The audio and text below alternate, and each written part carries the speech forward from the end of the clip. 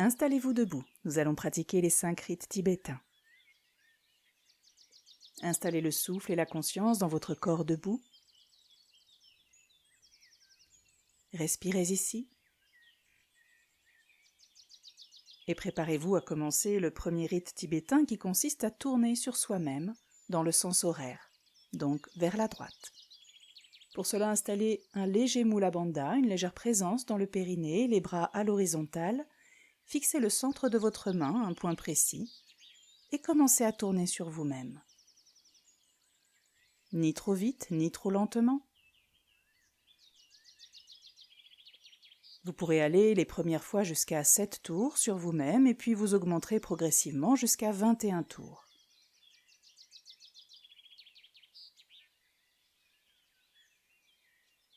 Maintenez toujours cette présence dans le périnée.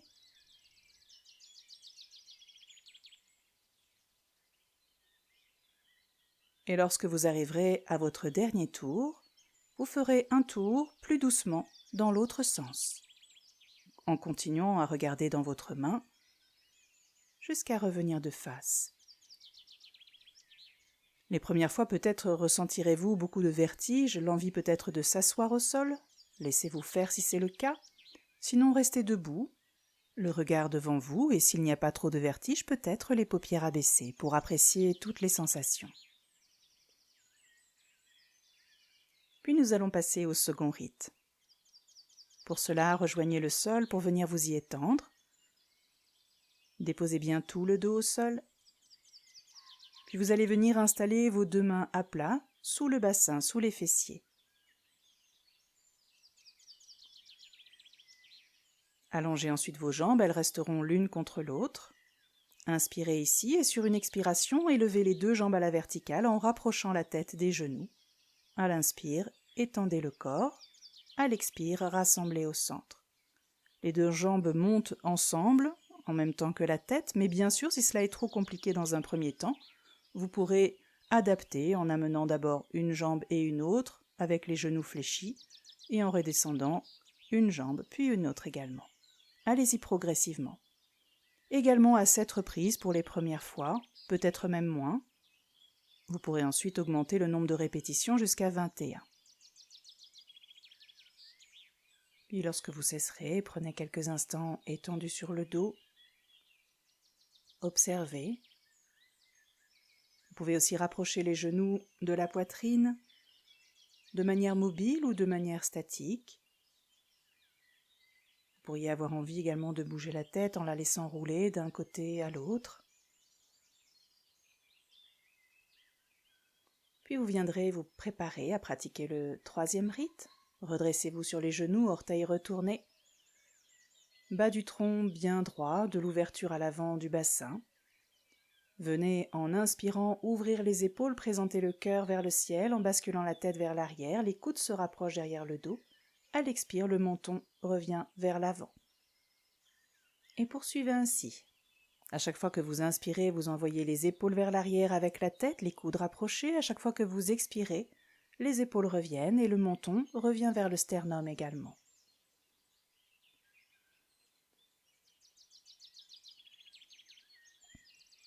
Poursuivez ainsi, veillez à ne pas engager la partie centrale ou la partie basse du dos, cela se passe plutôt au niveau des épaules et du cou. Vous pouvez aussi utiliser une variante qui consiste à joindre les mains derrière, index vers le sol, et lorsque vous expirez, d'engager un peu plus de l'arrondi en partie haute en ramenant les coudes vers l'avant. Vous pouvez également, si vous êtes très à l'aise ou à terme, utiliser la version plus yogique avec la posture du chameau sur l'inspiration, en venant vous arrondir généreusement vers l'avant lorsque vous expirez. Poursuivez ainsi, au total également à 7 reprises, et à terme en augmentant au fur et à mesure.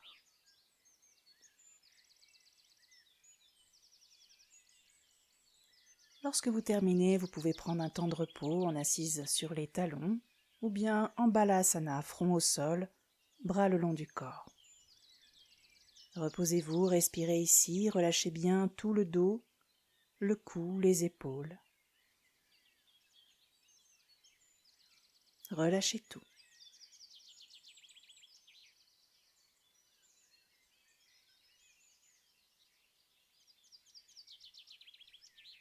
Puis nous allons nous redresser en déroulant et pratiquer le 4e rite. Pour cela, vous allez vous asseoir sur les fessiers avec les 2 jambes devant vous, les genoux un peu fléchis, et nous allons un peu échauffer les poignets qui vont être sollicités pour le 4e et le 5e rite.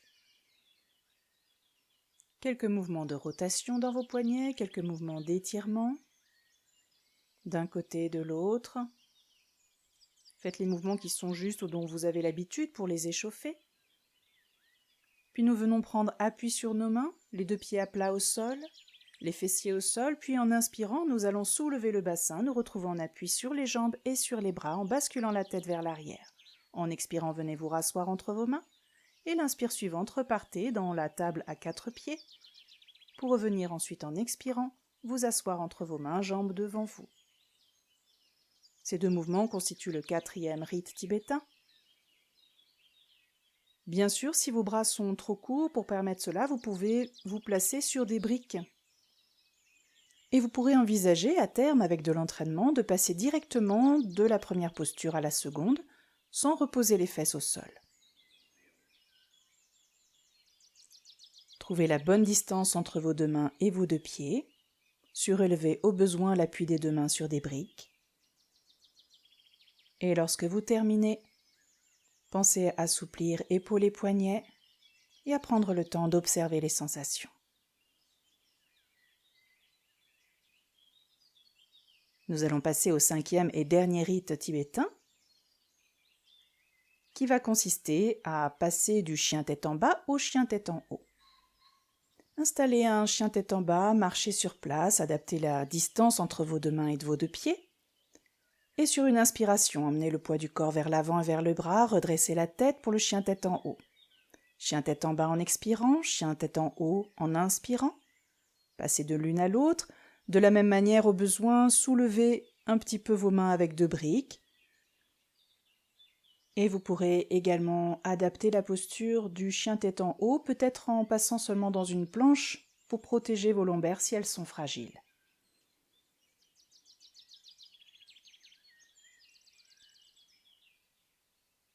Lorsque vous terminez la série de 7 ou plus, marchez sur place et puis redéposez les genoux pour venir en balasana, front au sol, les bras restant devant vous ou si vous préférez le long du corps pour bien libérer les épaules et les poignets. Relâchez absolument tout ici. Accueillez et observez toutes les sensations.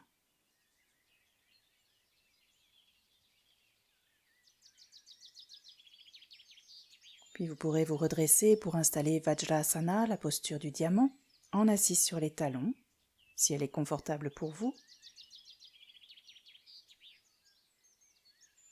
Et ici, tronc redressé, prendre quelques instants pour laisser infuser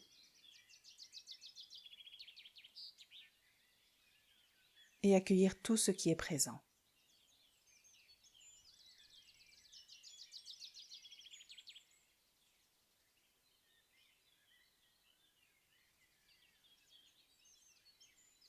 Puis vous passerez ensuite accroupi pour lever le bassin, relâcher le tronc, la tête, les épaules vers l'avant. Puis remonter en déroulant la colonne jusqu'à retrouver la verticale. Vous viendrez ensuite installer dans vos mains Prana Mudra, en joignant les extrémités des pouces avec auriculaire et annulaire, index et majeur l'un contre l'autre. Les 2 jambes rassemblées, pieds joints, la nuque est longue, les épaules basses, ni trop vers l'avant ni trop vers l'arrière, le creux des coudes vers l'avant. Respirez ici, dans toute la hauteur du corps, un souffle descendant à l'inspire de la prise d'air dans les narines jusqu'en dessous des pieds et remontant à l'expire du dessous des pieds jusqu'au sommet du crâne. Laissez circuler le souffle librement. Sentez circuler prana, l'énergie vitale, dans tout le corps, dans l'ensemble de l'être, sur tous les plans.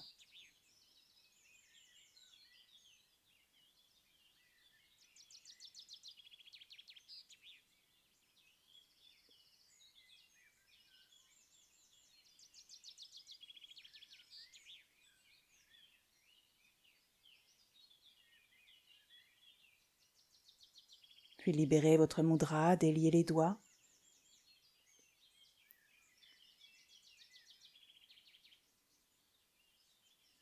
Rassemblez vos mains. Saluez le ciel, l'espace autour de vous, la terre, les éléments.